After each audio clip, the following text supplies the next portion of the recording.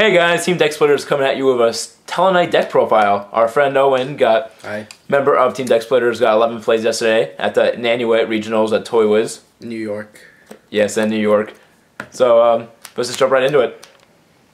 Oh, okay. So I guess we'll start with monsters. I ran 14 monsters. I don't know if it's coming again. 3 Deneb.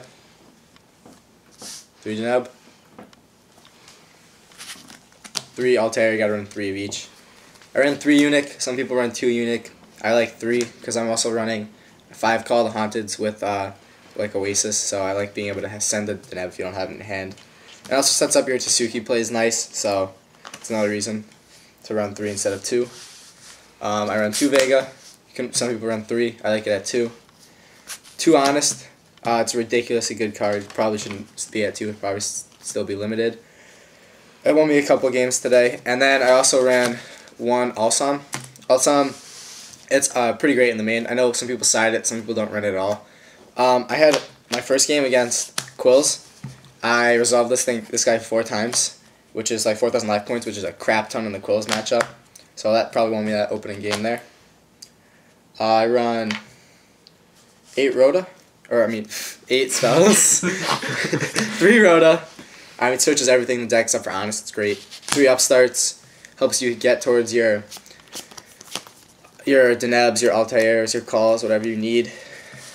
And then I run Orgeki, Dinjin, and for Book of Moon for Dinjin out. They're both also just great cards. This is great in the mirror match, which I played 3 of yesterday. Were those your only outs to Jin? Honest isn't out to Jin. Just those 4? Yeah. Yeah, basically. You can just... I have... Here, like, my side deck, I have the 3... Just do that later. Alright, we'll get there later. But, yeah, that's it for spells. So that was 8. I also run... So that's 8 leaves 18 traps. I run 3 Alpha.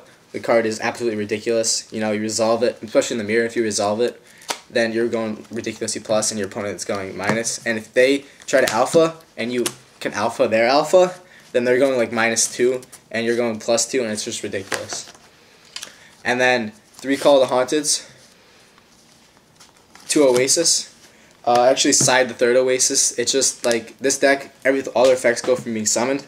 So even if it's like battle phase and you're summoning this, and you can go for something like Alsam, burn for the 1,000 and then have it be destroyed, and you may lose this, but you're still burning for 1,000 and you're stopping yourself from taking damage.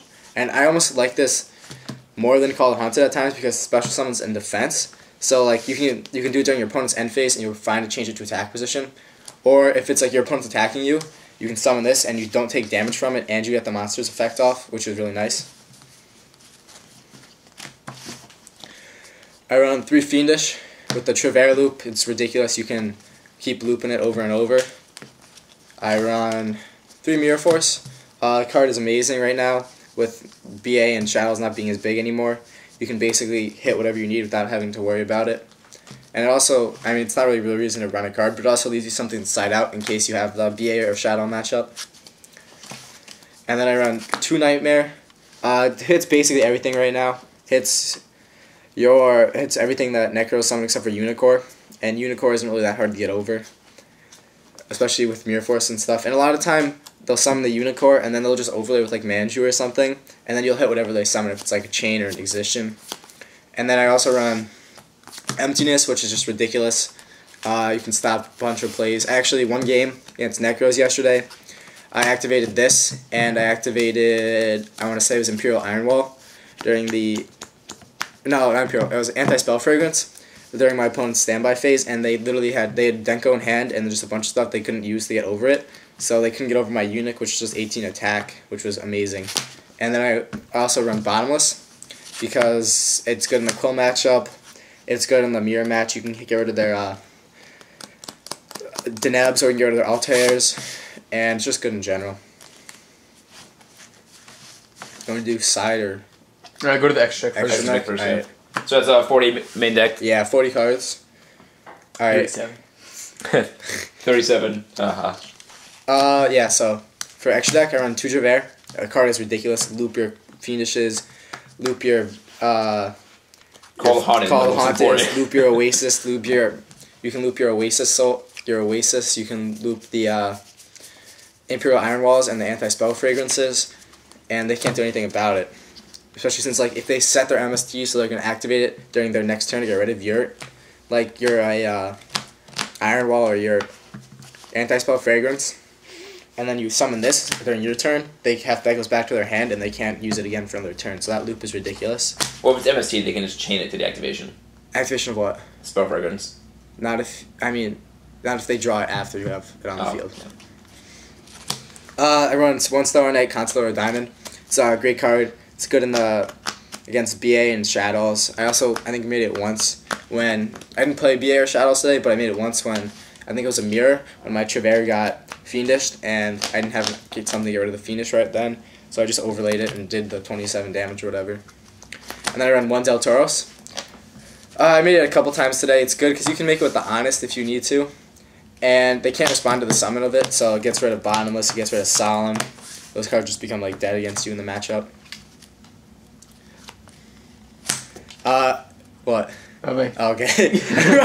I won 1 I thought you were cast. trying to say that they couldn't solemn it. No, like, can't Solemn once you have it on the field. Yeah. I run 1 Castel and no 101s. My friend likes to tell me that's bad, but I've only made this a couple times today, and I never needed it more than once per matchup. I run a Direwolf right now just because I didn't have anything else to play.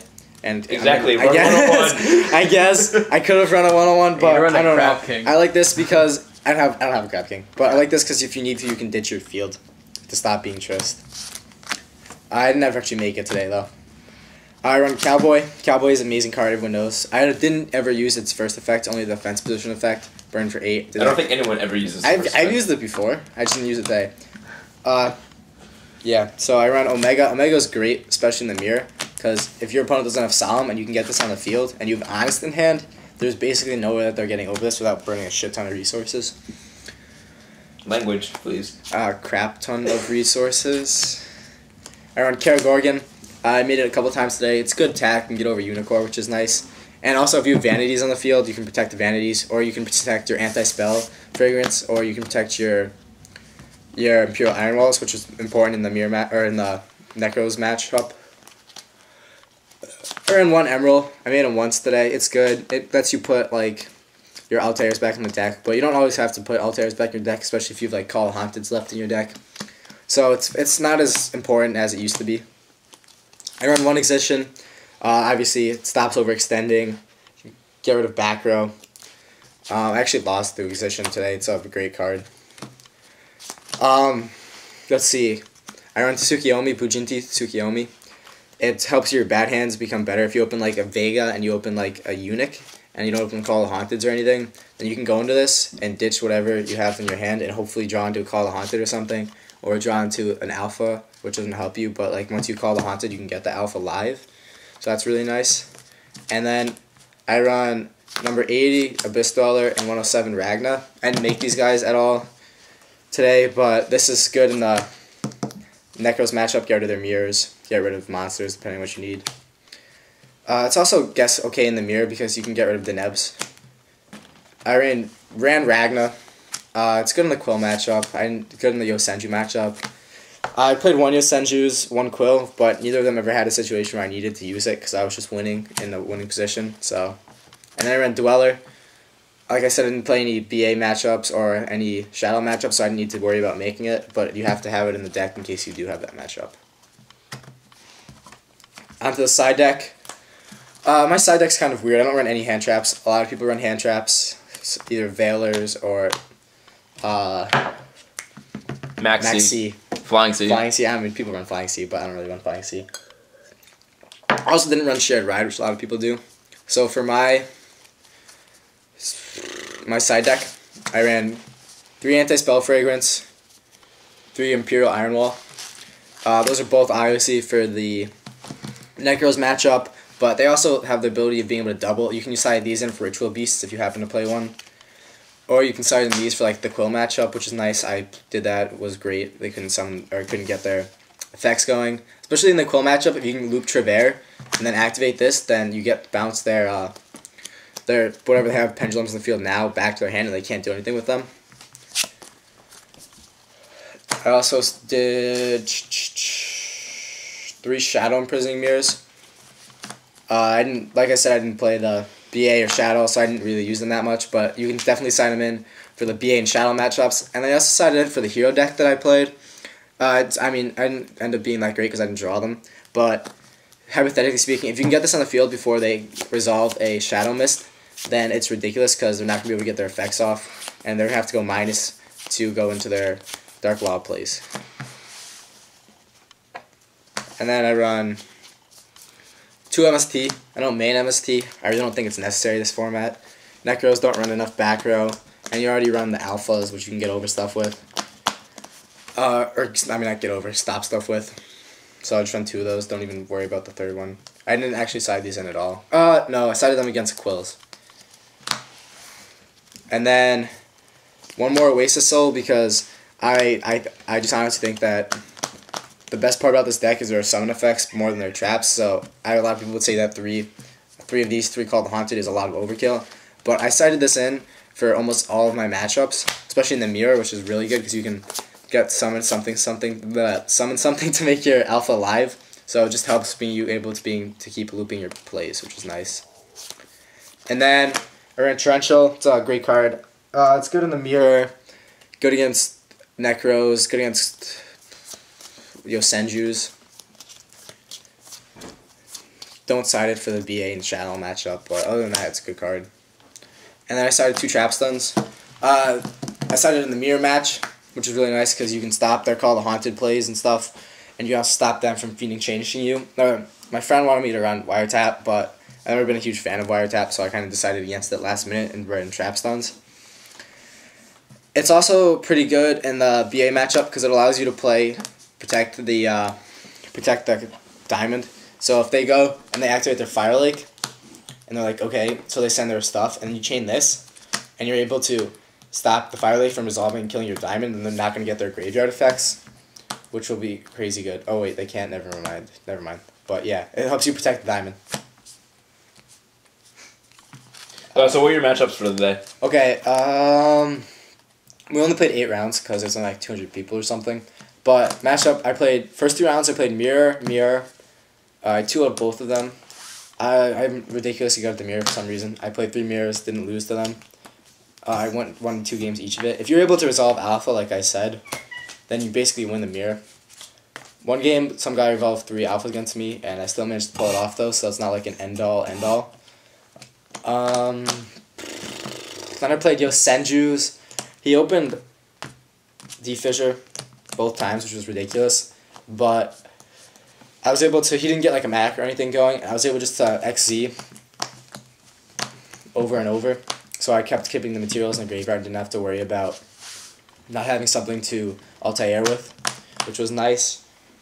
Omega really helped in that matchup because I was able to protect it from leaving the field, so I would always have at least 1 monster, so I didn't have to deal with their OTKs. And then also Mirror Force is just ridiculous against the Yosenju matchup, so running 3 of those definitely helped with my game 1 against them. Round 4, I played Quills. The guy was, I don't know, Quills aren't as good anymore. My friend actually played Quills, but they still do stuff. They can open a scout. And game 1, he got me down to like 400 life points or something, but I was able to win the game. I was able to go Altair into Alsam, overlay Cowboy effect, detach Alsam, and then that put him down to like 800 life, or like 900 life points or something, so I knew I was going to be able to probably win from there, even though I was down so low. And then during his standby phase, I just activated Call It Haunted, or Oasis, and I was able to burn for the Alsam again, which won me the game. So this card, if I hadn't mained this, I probably would not have won that game. That was round 4. So round 5, I played this Heroes kid. He was undefeated.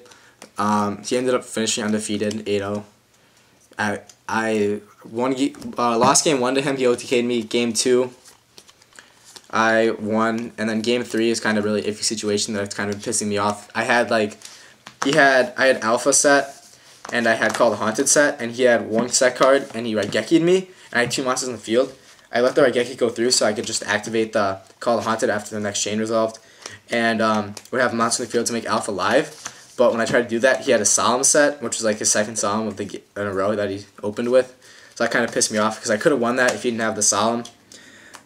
But, or if I had honest in hand, so if I had Raigeki, if I had Alpha the Raigeki, I still would have had the chance to come back because I had Alpha in the hand and he would have not been able to win that turn. Actually, does Honest send the graveyard as a cost? Okay, so I wouldn't actually have been able to if he Dark Log, but that's why I wanted to keep the Alpha on the field so I could stop the mass change, but it didn't end up mattering because he had the warning set. Game 5, I played Necros. Game one he won pretty. He OTK'd me like turn 4 or 5 or something after not doing any damage. This kid had like an Exertion fetish. He made Exertion like 4 or 5 times against me. Game 2 I won. I opened this Vanity's Eunuch. Iron Wall.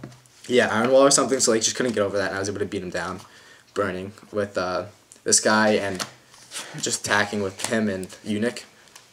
And then Game 3, I was in the lead for a while, and he made Exertion, and he went to activate Exertion's effect, and I Phoenix Chained it, and then I also had Anti-Spell Fairy stuff in the field, so I'm not sure. I ended up, he activated Lance in response to the Fiendish, and I'm not sure if he had actually set the Lance or that turn, or if he had sent it before or not, so I think he ended up there. I'm thinking about it, like after that had already resolved and it was already kind of too late to appeal or whatever, call a judge. I kind of decided that he probably did activate it, and I probably would have been able to win that if I had called him out on it, but I was kind of tired and shot, so I wasn't really thinking at the time.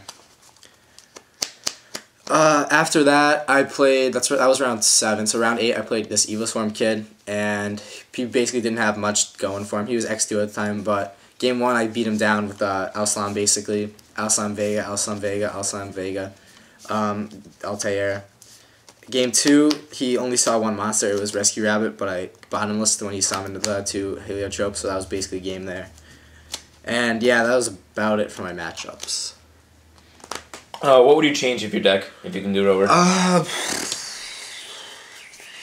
Probably the side.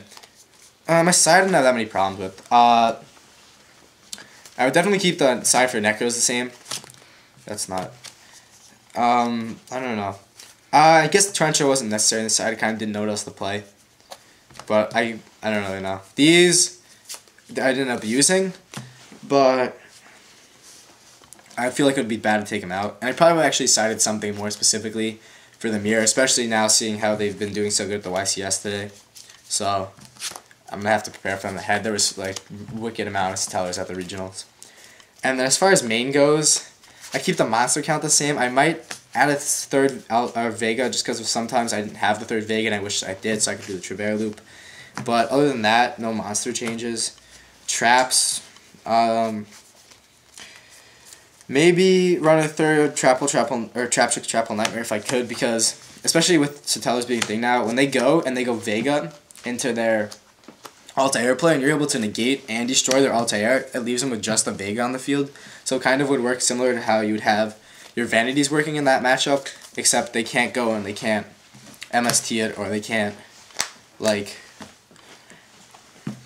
I don't know, do some other stuff against you. And I would definitely stay with 3 Mirror Force. It was ridiculous.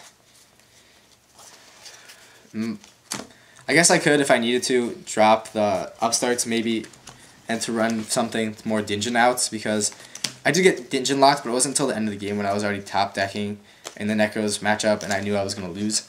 So I don't think it would have mattered at that point unless I had like an Altair in hand and had Dingen lock be a thing. But other than that, I'd keep most of it the same, I guess. It worked pretty nicely. Yeah, so that's that.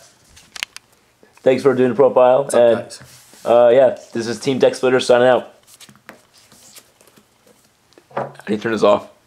Hit the record button again. Where is it? Oh my god. Nope.